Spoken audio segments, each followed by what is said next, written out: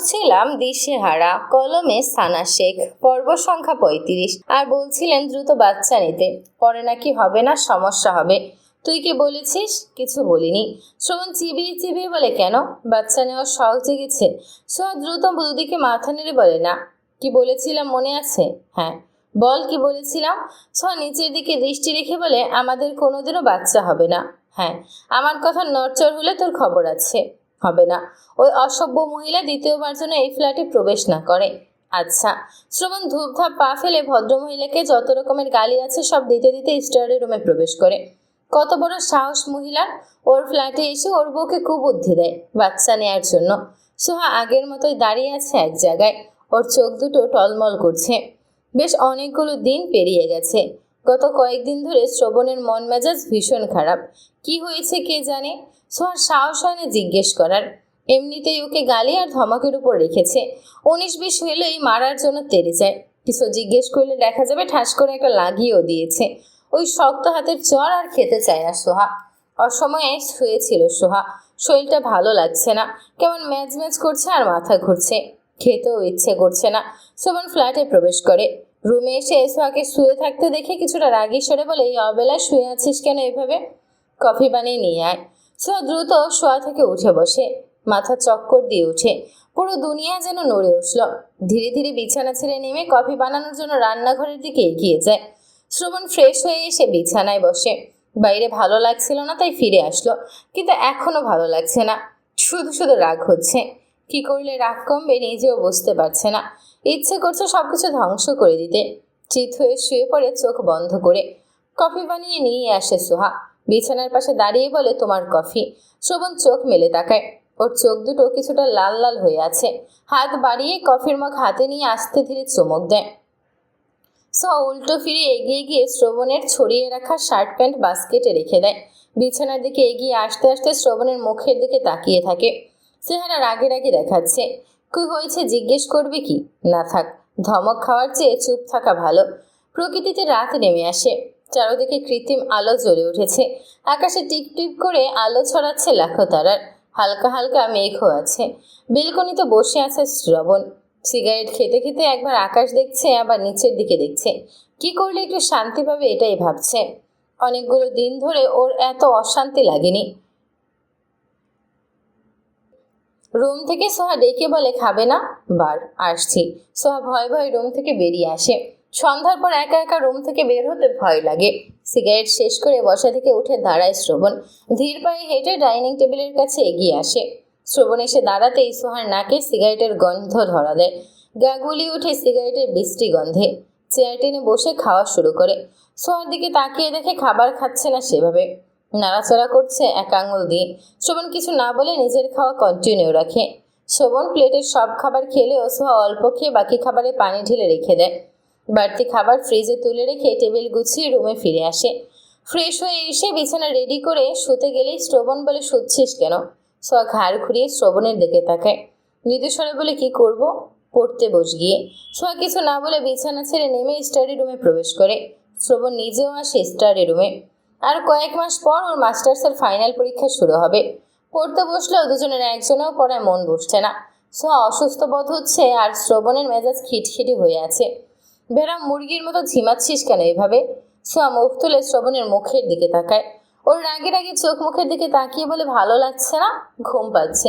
আজকে ঘুমাই, আগামীকাল পড়তে বসবো। পড়াচর ফাঁকিবাজ একটা, পড়তে বসলেই ঘুম পায়। সোহা চুপ থাকে। শ্রবণ নিজের বই বন্ধ করে রাখে। সোহার হাত থেকে ওর বই নিজেও রেখে দেয়। চেয়ার ছেড়ে উঠে দাঁড়িয়ে বলে, রুমে আয়। সোহা শ্রবণের পেছন পেছন বেডরুমে ফিরে আসে। মেইন লাইট অফ করে ডিম লাইট অন করে দুজনেই শুয়ে পড়ে। শ্রবণ সোহার উপরে উঠে আসে। ঘাড়ে মুখ গুজতেই সোহা থেমে থেমে বলে, আজকের মতো ছেড়ে দাও, শরীর ভালো লাগছে না আমার। শ্রবণ হেলদোল করে না সোহার কথায়। সোহা অনুরোধের সুরে বলে, প্লিজ আজকে ছেড়ে দাও, সত্যি শরীর খারাপ লাগছে আমার। শ্রবণের মেজাজ খারাপ হয় আরও। রাগের জোরে একটা বাইট বসিয়ে দেয় ঘাড়ে।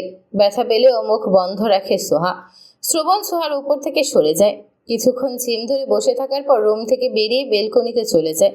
সোহা চুপচাপ আগের মতোই শুয়ে রইল। চোখের কোণ বেয়ে পানি গড়িয়ে পড়তে শুরু করে। এই শ্রবণ কবে স্বাভাবিক হবে? কবে পুরোপুরি সুস্থ হবে? যা একটু সুস্থ হয়ে উঠছিল এখন আবার অসুস্থ হয়ে পড়ছে। প্রায় সপ্তাহ খানিক ধরে রাতে ঘুমায় না বললেই চলে। মাত্র কয়েক ঘন্টা ঘুমায়, বাকি রাত জেগেই পার করে। ঘুম না হওয়ার কারণে কি আরও বেশি এমন করছে? সকালে শ্রবণের বাজখাই গলার স্বর শুনে সোহার ঘুম ভাঙে। চোখ মেলে শ্রবণের দিকে তাকাতে শ্রবণ কর্কশ গলায় বলে, এই ডাইনির বাচ্চা, এখনো মরার মতো পড়ে পড়ে ঘুমাচ্ছিস? ভার্সিটি যাবি কখন? আজকে না তোর ইম্পর্টেন্ট ক্লাস আছে? সোহা শোয়া থেকে উঠে বসতে বসতে ঘুম জড়ানো গলায় বলে, কটা বাজে? 8টা বাজতে চলেছে। সোহা তাড়াহুড়ো করে বিছানা থেকে নেমে দাঁড়ায়। ওড়নাটা কোনো রকমে গায়ে জড়িয়ে ওয়াশরুমে প্রবেশ করে।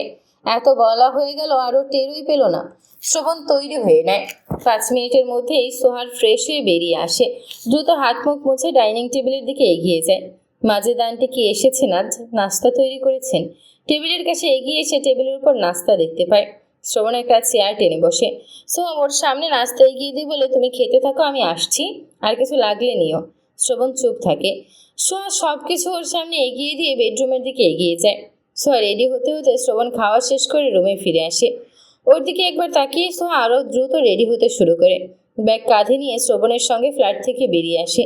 শ্রবণ দরজা লক করে সোহার হাত ধরে লিফটের দিকে আগায়। সোহাকে ক্লাসে বসিয়ে দিয়ে বন্ধুদের কাছে এগিয়ে এসে দাঁড়ায় শ্রবণ। হাসান শ্রবণের মুখের দিকে তাকিয়ে বলে, কি হয়েছে তোর? বলতো। কি হবে? কিছু তো একটা হয়েছেই। কিছু হয়নি। চোখ মুখ এমন রাগি রাগি কেন? শ্রবণ চুপ করে থাকে। হাসান বলে, বেশ কিছুদিন ধরেই দেখছি তোর মেজাজ খিটখিটে হয়ে আছে। কোনো সমস্যা হলে বল। পাশ থেকে সিফাত বলে, ভাবি বোধহয় আদর করে না, সেই জন্য এমন রেগে আছে। শ্রবণ কটমট করে তাকায় সিফাতের দিকে। সিফাত ডোন্ট কেয়ার ভাব নিয়ে বলে, আমি কি মিথ্যে বলেছি? তোর বাজে কথা বন্ধ রাখ। বাজে কথা কখন বললাম? বিবাহিত পুরুষদের এই একটাই শ্রবণ খপ করে চেপে ধরে সিফাতের মুখ। দাঁতে দাঁত পিষে বলে, আর একটা কথা বলে তোর মুখ ভেঙে দেব। ছেড়ে দিতেই সিফাত আবার বলে, উচিত কথা বললেই দোষ। তোর উচিত কথা তোর পিছনে ভরে রাখ শালা। সরি ভাই, আমার কোনো বোন নেই, আর থাকলেও তোর কাছে বিয়েই দিতাম না। তোর বোনকে বিয়ে করতো কে? সিফাত আরো কিছু বলতে চাইছিল, এর মধ্যে রাব্বি বলে, আরে ভাই চুপ করতো। হাসান শ্রবণের দিকে তাকিয়ে বলে, রাতে ঘুমাসনি নাকি? সাকিব বলে, বউ থাকতে আবার কিসের ঘুম? আমার যদি বউ থাকতো তাহলে আমি মাসে একদিন ঘুমাতাম না। রাব্বি বলে, এই জন্যই তোর বউ নেই। বাপরে, কেমনে বুঝাবো আমার একটা বউ লাগবো? আঙ্কেল যেন জীবনেও না বুঝেন তোর বউ লাগবে। শালা, আমায় অভিশাপ দিচ্ছিস? তোর কপালে বউ জুটবে না আগামী 50 বছরের মধ্যে। শকুনের দোয়ায় গরু মরে না। শ্রবণ আর হাসান দুজনের দিকে বিরক্ত হয়ে তাকিয়ে আছে। হাসান দুজনকে ধমক দিয়ে বলে, এই তোরা চুপ থাকবি? একজনকে একটা কথা জিজ্ঞেস করেছি, তাকে বলতে না দিয়ে নিজেরাই বকবক করছিস। রাব্বি নাটকীয় ভঙ্গিতে বলে, ভাই শ্রাবণ, বলুন আপনি কি বলবেন। শ্রবণ চুপ থাকে। ইচ্ছে করছে এগুলোকে ধরে পাগলা গারদে ভরে দিয়ে আসতে। হাসান বলে, রাতে তোর ঘুম হয় না? শ্রবণ মৃদু স্বরে বলে, না, অনেকদিন ধরে ঘুমের সমস্যা হচ্ছে। এই কারণেই মেজাজ এমন খারাপ আর খিটখিটে হয়ে থাকে। ঘুম কম হলে আমারও মেজাজ গরম আর খিটখিটে হয়ে থাকে। কারণে অকারণে রাগ উঠে যায়। তুই ডাক্তারের সঙ্গে পরামর্শ কর। শ্রবণ চুপ করে থাকে। হাসান আবার বলে, ঘুম কম হলে অসুস্থ হয়ে পড়বি। মাসুম বলে, এর আগেও ঘুম কম হওয়ার কারণে অসুস্থ হয়ে পড়েছিলি, ভুলে যাসনি নিশ্চয়ই। শ্রবণ বিরক্তি সুরে বলে, চুপ কর তো, সবাই ভাল লাগছে না। শ্রবণ ক্যান্টিনে বসে কফি খাচ্ছিল। সেই মুহূর্তে ওর ফোন বেজে ওঠে।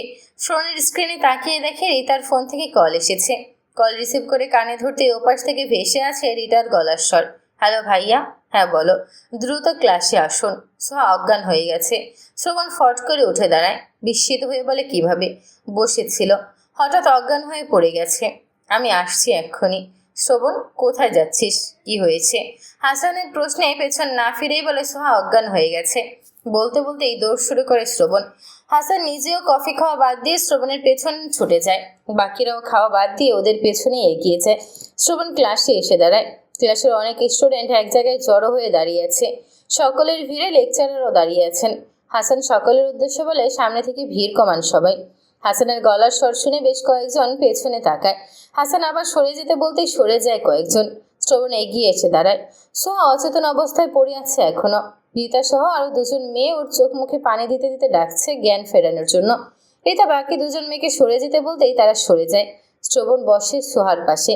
রীতার কাছ থেকে সোহাকে টেনে এনে নিজের বুকের সঙ্গে ঠেস দিয়ে বসায়। বোতল থেকে পানি নিয়ে সোহার চোখে মুখে দিয়ে গালে মৃদু চাপড় দিতে দিতে ডেকে বলে, সোহা চোখ খোল। এই, কি হয়েছে তোর? রীতার মুখের দিকে তাকিয়ে বলে, কি হয়েছিল? ভালোই তো ছিল, লেকচার শুনছিল। হঠাৎ কাত হয়ে পড়ে যায় নিচে। ডাকাডাকি করছি, চোখ মুখে পানি দিচ্ছি, কিন্তু জ্ঞান ফিরছে না। শ্রবণ সোহাকে পাজা কোলে তুলে নিয়ে উঠে দাঁড়ায়। হাসানের দিকে তাকিয়ে বলে, সোহার ব্যাগটা নিয়ে আয়। শ্রবণ বাইরের দিকে এগিয়ে যায় দ্রুত পায়ে। কি হলো এই ডাইনির বাচ্চা? গত রাতেও তো বললো শরীর ভালো লাগছে না। সিরিয়াস কিছু হলো নাকি? হাসান সোহার ব্যাগ হাতে নিয়ে দ্রুত শ্রবণের কাছে এগিয়ে আসে। ওর বাকি বন্ধুরা ওদের সঙ্গে বাইরের দিকে এগিয়ে যায়। গাড়ির কাছে এসে হাসানের দিকে তাকিয়ে বলে, আমার পকেটে গাড়ির চাবি, বের করে গাড়ির দরজা খোল। হাসান শ্রবণের পকেট হাতে গাড়ির চাবি বের করে গাড়ির দরজা খুলে দেয়। শ্রবণ সোহাকে কোলে নিয়ে পেছনে উঠে বসে। হাসানকে বলে ড্রাইভ করার জন্য। শ্রবণের ব্ল্যাক মার্সিডিজ হসপিটালের উদ্দেশ্যে ছুটে চলে দ্রুত গতিতে। শ্রবণ সোহাকে আগলে ধরে রেখেছে বুকের সঙ্গে। ওর বুকের ভিতর কিছু একটা হচ্ছে সোহাকে এই অবস্থায় দেখে। সোহার মুখের দিকে তাকিয়ে গালে মৃদুর চাপড় দিতে দিতে বলে, এই কি হয়েছে তোর? সোহা ওঠ, তাকা আমার দিকে। তাকায় না সোহা, নিস্তেজ হয়ে শুয়ে আছে শ্রবণের বুকের সঙ্গে লিপ্টে। গাড়ি হসপিটালে এসে পৌঁছায়। হাসান বেরিয়ে এসে পেছনের দরজা খুলে দেয়। শ্রবণ সোহাকে কোলে নিয়ে নেমে দাঁড়ায়। হাসান শ্রবণের মুখের দিকে তাকিয়ে বলে, তুই ভেতরে যা, আমি গাড়ি পার্ক করে আসছি। আচ্ছা। শ্রবণ দ্রুত ভেতরের দিকে এগিয়ে যায়। ওকে দেখে ওয়ার্ড বয় স্ট্রেচার নিয়ে এগিয়ে আসে দ্রুত। একজন নার্সও এগিয়ে আসে। সোহার পালস রেট চেক করতে করতে বলে, কি হয়েছে ওনার? হুট করে অজ্ঞান হয়ে গেছে। কে হয় আপনার? ওয়াইফ। টেনশন করবেন না, আমরা দেখছি কি হয়। সোহাকে নিয়ে এমার্জেন্সির দিকে এগিয়ে যায়। শ্রবণের সঙ্গে সঙ্গে আগায় দ্রুত পায়। সোহার জ্ঞান ফিরেছে। এখন হসপিটালের বেডে শুয়ে আছে। স্যালাইন দেওয়া হয়েছে। বেডের পাশে টুলের উপর ঝিম ধরে বসে আছে শ্রবণ। সোহার বিপি আর সুগার লেভেল একদম লো হয়ে গেছে। শরীর অনেক দুর্বল হয়ে পড়েছে। সোহা শ্রবণের মুখের দিকে তাকিয়ে আছে। শ্রবণের দৃষ্টি নিচের দিকে স্থির। গাইনি বিশেষজ্ঞ আর একজন নার্স ওয়ার্ডের দরজা ঠেলে ভেতরে প্রবেশ করেন। বসা থেকে উঠে দাঁড়ায় শ্রবণ। দুজনের পেছন পেছন হাসান ওয়ার্ডের ভেতরে প্রবেশ করে। ডাক্তারের হাতে সোহার রিপোর্ট। শ্রবণ ডাক্তারের দিকে তাকিয়ে গম্ভীর স্বরে বলে, কি হয়েছে ওর? কংগ্রাচুলেশন, আপনি বাবা হতে চলেছেন। হোয়াট? এভাবে রিয়্যাক্ট করছেন কেন? কি বললেন আপনি? আপনার ওয়াইফ মিসেস সোহা 7 সপ্তাহের প্রেগনেন্ট। শ্রবণ সোহার মুখের দিকে তাকায়। শ্রবণের চেহারা দেখে ভয়ে সোহার অন্তরাত্মা কাঁপতে শুরু করেছে। শ্রবণের দিক থেকে দৃষ্টি সরিয়ে ডাক্তারের দিকে তাকিয়ে কম্পিত স্বরে থেমে থেমে বলে, ডাক্তার, আপনার হয়তো ভুল হচ্ছে কিছু। কি ভুল হবে? আমি প্রেগনেন্ট, এটা কিভাবে সম্ভব? কেন সম্ভব নয়? আমি তো পিল খাচ্ছিলাম। এর মধ্যে কিভাবে? আল্লাহ তাআলা চাইলে সব কিছুর মধ্যেই সম্ভব।